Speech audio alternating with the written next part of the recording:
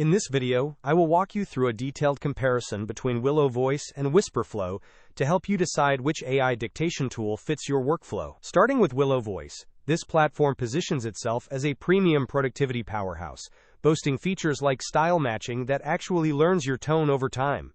While both apps aim to replace typing, Willow focuses heavily on professional efficiency, claiming to help users reclaim 5 hours of productivity every week.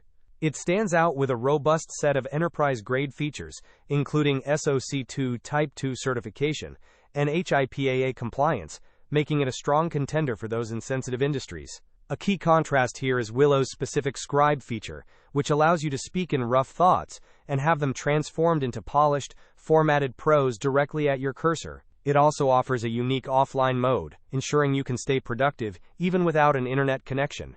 If you are a power user looking for deep customization, like an auto-learning dictionary for technical terms and specialized shortcuts, Willow's polished interface and 3-second start time make it a formidable option for desktop and iOS users.